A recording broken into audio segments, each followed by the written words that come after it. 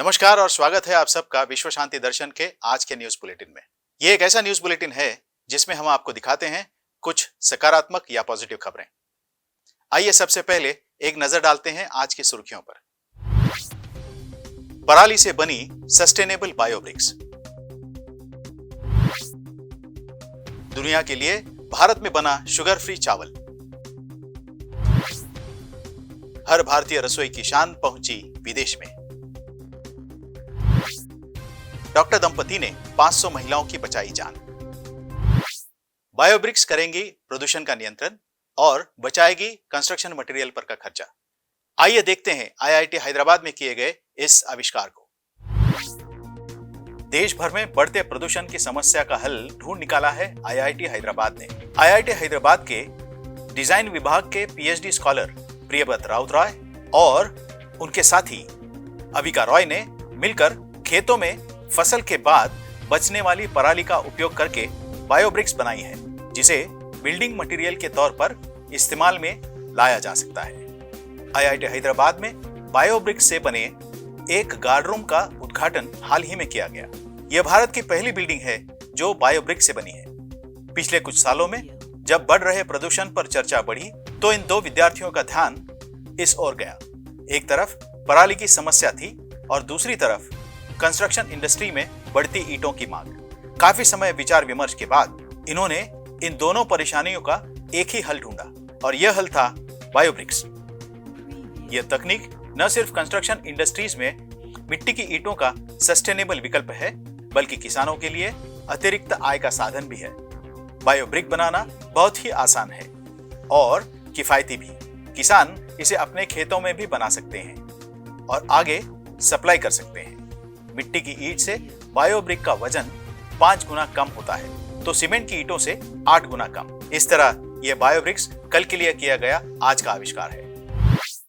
भारत में 300 साल से उगाया जा रहा है एक सुपर फूड। आइए जानते हैं क्या है यह पसंदीदा फसल।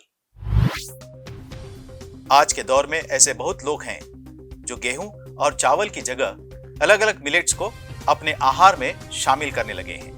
ज्वार, बाजरा, कंगनी, कोदो, रागी जैसे चारा घास फसलों के बीज को मिलेट्स कहते हैं। बेंगलुरु में रहने वाले चोकलिंगम और उनका परिवार भी पिछले कई सालों से मिलेट्स को ही अपने आहार में शामिल कर रहा है। प्राचीन समय से उगाए जा रहे ये मिलेट्स गेहूं और चावल के मुकाबले में ज्यादा पोषक और स्वास्थ्य के लिए गुणकारी हैं। इसके अलावा गेहूं और चावल की फसलों के मुकाबले मिलेट्स को बहुत ही कम पानी में उगाया जा सकता है। सूखाग्रस्त क्षेत्रों में इनकी अच्छी फसल हो सकती है। शायद यही वजह है कि अब न सिर्फ भारत में बल्कि दूसरे देशों में भी लोग चावल की बजाय मिलेट्स का विकल्प तलाशने लगे हैं। जल संकट, लोगों में घटता पोषण, ग्लूटेन एलर्जी, डायबिटीज के बढ़ते मामले ऐसे कई कारण हैं जिनकी वजह से एक बार फिर से हमें अपने खान पान पर सोचने की जरूरत है। आजकल ये मिलेट्स न सिर्फ भारतीयों बल्कि विदेशियों के बीच भी अपनी पहचान बना रखा है।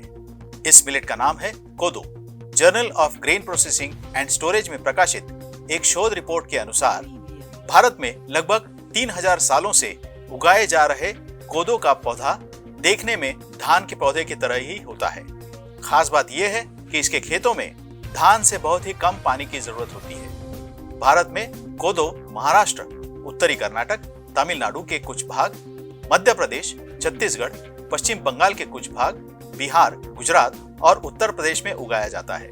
भारत के अलावा मुख्य रूप से इसे फिलीपींस, वियतनाम, मलेशिया, थाईलैंड और दक्षिण अफ्रीका में उगाया जाता है। उम्मीद है बहुत जल्द ये मिलेट्स हमारी थाली में देखा जाएगा।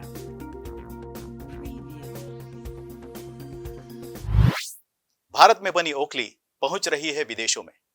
हजारों रुपए देकर खरीद रहे हैं लोग। लेते हैं ज्यादा जानकारी। मिक्सर ग्राइंडर से लेकर फूड प्रोसेसर तक न जाने कितने ही किचन उपकरण आजकल हमारे पास मौजूद हैं। बावजूद इसके चाय में अदरक डालने के लिए आज भी हम में से ज्यादातर लोग अपनी छोटी सी ओखली का इस्तेमाल करते हैं। पहले जब इतने सारे साधन नहीं थे तब मसाले, चटनी आदि को पीसने के लिए घर में ओखली का ही इस्तेमाल किया जाता था।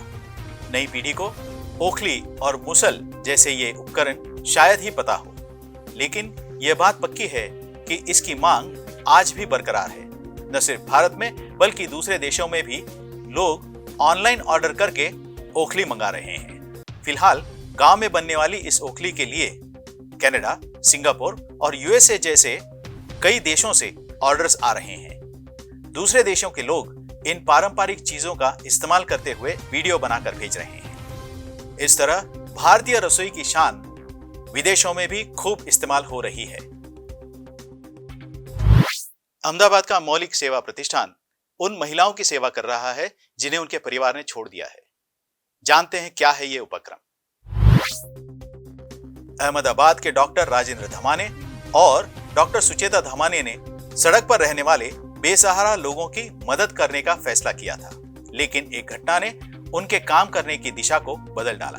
डॉक्टर राजेंद्र ने एक बेसहारा महिला को कूड़ेदान से निकालकर बचा कुचा खाना और गंदगी खाते हुए देखा। काफी सोच विचारने के बाद उन्हें लगा कि जरूरतमंदों को सिर्फ खाना खिलाना ही काफी नहीं है। इससे आगे जाकर बेसहारा लोगों को एक सुरक्षित स्थान देने के बारे में वे सोचने लगे। इस डॉक्टर दंपति ने इस दिशा में काम करने का फैसला कर लिया। डॉक्टर राजेंद्र ने अपने पिता के मदद से 18 साल से ऊपर की महिलाओं के लिए रहने के लिए एक सुरक्षित आवासीय केंद्र बनाया। डॉक्टर राजेंद्र के अनुसार वे सभी जरूरतमंद महिलाओं के लिए रहने, खाने और पहनने की व्यवस्था करते हैं। ऐसी महिला जिनकी मानसिक हालत ठीक नहीं है या फिर कोई अन्य शारीरिक बीमारी है, उनका इलाज किया जाता है। उनमें से बहुत सी महिलाएं तो जीवन भर इसी केंद्र में रह जाती हैं। परिवार वाले इलाज के बाद भी उन्हें स्वीकारने के लिए तैयार नहीं होते। इस तरह इन बेसहारा महिलाओं के लिए घर से दूर एक घर मिल गया है।